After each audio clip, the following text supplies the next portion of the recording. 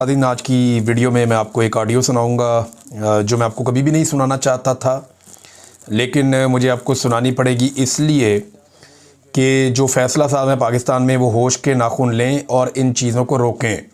और जो एक बदले का सिलसिला शुरू किया जा रहा है या जो एक मुकदमात का सिलसिला शुरू होने वाला है कि जनाब किसी पे पीका लगा दिया जाएगा और धमकियाँ लगाई जा रही हैं, वो करने की बजाय अपने गिरबान में झांकें और इन चीज़ों को ठीक करें। मैं आपको ऑडियो सुनाऊँगा कि हो क्या रहा है।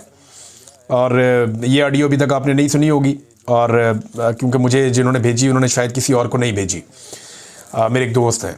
अब नाज़रीन, सनम जावेद को पेशावर से गिरफ़्तार कर लिया गया। पहली खबर तो ये है, गिरफ़्तार क्या किया गया, उठा लिया गया, अगवा कर लिया गया।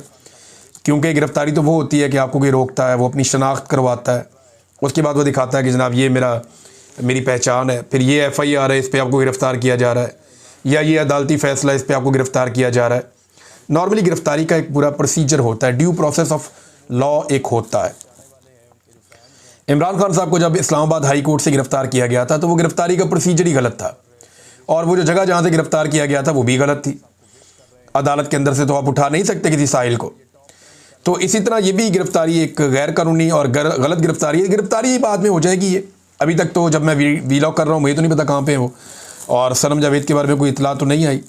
वो खैबर पख्तूनख्वा में महफूज थी, और वहाँ की जो सूबाई हुकूमत है उन्होंने प्रोटेक्शन दी हुई थी कि जी आप यहाँ पे रहें। और क्योंकि वहाँ पे देखें ना, खैबर पख्तूनख्वा में PTI की हुकूमत है, तो वहाँ जाने वालों को ये लगता है, पाकिस्तान तहरीक इंसाफ के लोगों को, कि वो वहाँ महफूज हैं।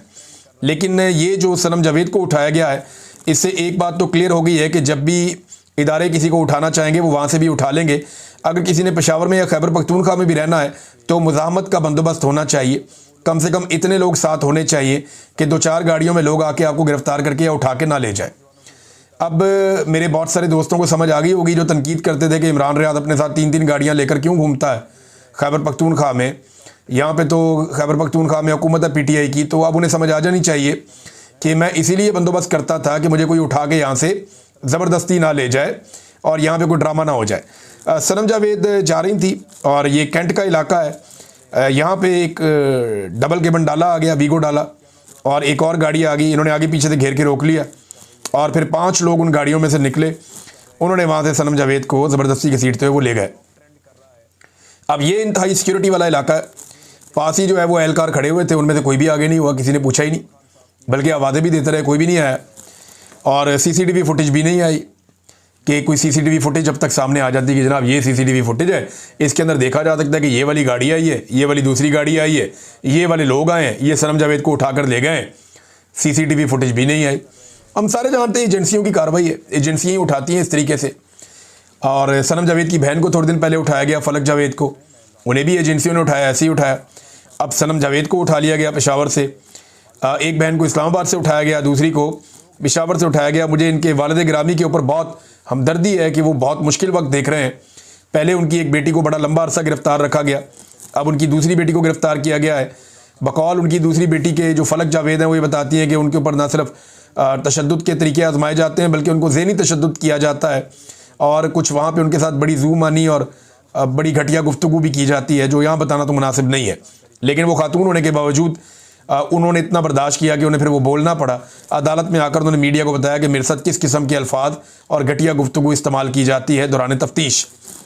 अब खैबर पख्तूनख्वा के अंदर कुछ जो अली अमीन गंडापुर साहब के हमायती हैं वो सोशल मीडिया पे जश्न मना रहे हैं कि जनाब हमने सनम जावेद की अगवा की FIR दर्ज कर ली है, और साथ में हवाले ये दे रहे हैं जश्न मनाने के कि पंजाब में जब इमरान खान साहब पे गोली चली थी तो PTI की हुकूमत होने के बावजूद ये कहा जा रहा है जी तब FIR नहीं हो सकी, और देखिए हमने सनम जावेद की अगवा की FIR यहाँ पे नामालूम अफराद के खिलाफ काट दी है।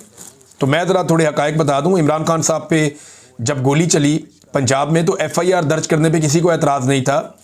इमरान खान साहब ने कुछ जर्नैलों को नामज़द कर दिया था, जिसके ऊपर फिर पंजाब हुकूमत के कहने के बावजूद पुलिस FIR दर्ज नहीं कर रही थी, और बार बार पंजाब हुकूमत को और इमरान खान साहब को ये पैगामात भिजवाए जा रहे थे कि आप नामालूम अफराद के खिलाफ FIR दर्ज करवा लें, फौरी तौर पर दर्ज हो जाएगी, और आप नामज़द ना करें। फैसल नसीर साहब को नामज़द किया हुआ था, कोई 1-2 लोग और थे, उन्हें नामज़द किया हुआ था इमरान खान साहब ने, जिस पे बड़ा एतराज़ था कि जी ये हम नहीं होने देंगे, और फिर नहीं हुई FIR। तो यहाँ पे कोई गंडापुर हुकूमत ने कोई किसी जर्नैल के ऊपर FIR नहीं की, नामालूम अफराद के खिलाफ FIR की है, और ये तो रोज़ाना की बुनियाद पे पूरे पाकिस्तान में हर जगह पे नामालूम अफराद के खिलाफ FIRs होती हैं। इसको कारनामा बता के वो क्या साबित करना चाहते हैं गंडापुर साहब के हमायती, कि कोई बहुत बड़ा उन्होंने कोई कारनामा कर दिया है। कारनामा तो वो होता है कि सनम जावेद को वज़ीर आला हाउस के करीब से उठाकर ले गए तो गंडापुर साहब उनको वापस बाजियाब करवा लेते और पूरे पेशावर को जैम कर देते, हर चीज़ को बंद कर देते, दाखिली खारजी रास्ते सब बंद कर देते और फिर तफ्तीश करते, ढूंढते, CCTV फुटेजेस को देखते और इस बात को सीरियस ले लेते। लेकिन ऐसा लगता है कि FIR दर्ज करके जो है वो गोंगलुओं से मट्टी झाड़ दी गई है। बहरहाल अब ये दोनों बहनें जो हैं वो पंजाब में पहुंचा दी जाएंगी। गालिबन जो सनम जावेद हैं उन पे क्योंकि एक सज़ा उन्हें हो चुकी है 9 मई के मामले में, तो उसमें उनको डाल दिया जाएगा। जबकि जो दूसरी बहन है उस जज साहब जो है उसका रिमांड पे रिमांड दे रहे हैं। नाज़रीन, पाकिस्तान के DG ISI आसिम मलिक साहब को बतौर DG ISI काम जारी रखने की हिदायत कर दी गई है। सादा लफ्ज़ों में यह है कि उन्हें एक्सटेंशन मिल गई है, यानी इनकी जगह कोई और ऑफिसर इस काबिल नहीं था कि जिम्मेदारी अदा कर सके, या कम अज़ कम फील्ड मार्शल आसिम मुनीर साहब की नज़र में अब वो किसी और को इस काबिल नहीं समझते, उन्होंने इन्हीं को कंटिन्यू करवा दिया है। देखिए कि वजह एक ये भी बताई जा रही है कि हालात बहुत मुश्किल हैं, पाकिस्तान के अंदर भी दहशतगर्दी है, जबकि भारत भी दोबारा हमला कर सकता है, लिहाजा ताहुकुम सानी वो अपना काम जारी रखेंगे। अब मैं आपको एक चीज़ याद दिलाता हूँ, जब इमरान खान साहब की हुकूमत थी ना तो उस वक्त फैज़ हमीद को तब्दील करने का फ़ैसला किया गया और जनरल बाजवा ने फैसला किया कि वो जनरल नदीम अंजुम को लाएंगे। बाद में जनरल बाजवा ये भी कहते रहे कि जनरल नदीम अंजुम को लाना उनकी एक बहुत बड़ी गलती साबित हुई, लेकिन चले फैसला हो गया कि नदीम अंजुम साहब को लेकर आएंगे और जनरल फैज़ हमीद को हटा देंगे। तो इमरान खान साहब ने कहा कि हालात ऐसे हैं, खित्ते में बहुत बड़ा गेम चेंजर हो रहा है, अमेरिका यहाँ से निकल कर जा रहा है, एक इनखला की सिचुएशन के बाद यहाँ पे अफ़गानिस्तान की पॉलिसी के हवाले से हमें एक DG ISI को थोड़ा अरसा और कंटिन्यू करवाना चाहिए। लेकिन तब बहुत सारे लोगों ने ये आर्गूमेंट दिया कि फ़ौज के तमाम अफसरान बड़े काबिल हैं, जो बाकी जर्नैल हैं वो भी इतनी काबिलियत रखते हैं, जनरल फैज़ हमीद साहब कोई आसमान से उतर कर नहीं आए हुए, और लिहाजा अब जो अगला जर्नैल है उसको लाया जाए और वो आकर अपना काम करे। ये उस वक्त आर्गूमेंट आ रहा था। लेकिन अब वो लोग ये कह रहे हैं कि जी हालात बहुत ख़राब हैं, लिहाजा जनरल साहब को कंटिन्यू करना पड़ेगा DG ISI के तौर पे। तो ये इनके मौक़िफ़ बदलते रहते हैं। एक्चुअली होता क्या है कि मौक़िफ़ वही होता है जो आर्मी चीफ़ का मौक़िफ़ होता है।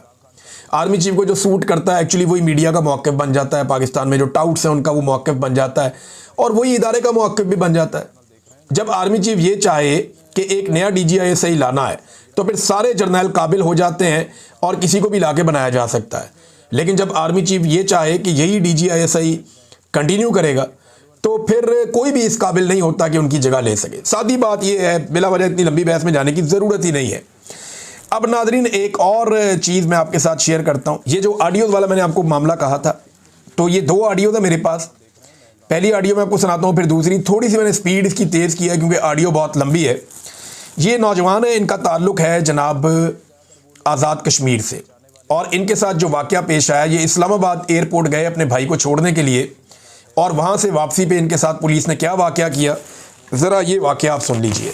अस्सलाम वालेकुम रहमतुल्लाह। कैसे हैं? मैं खैरियत से, ठीक है।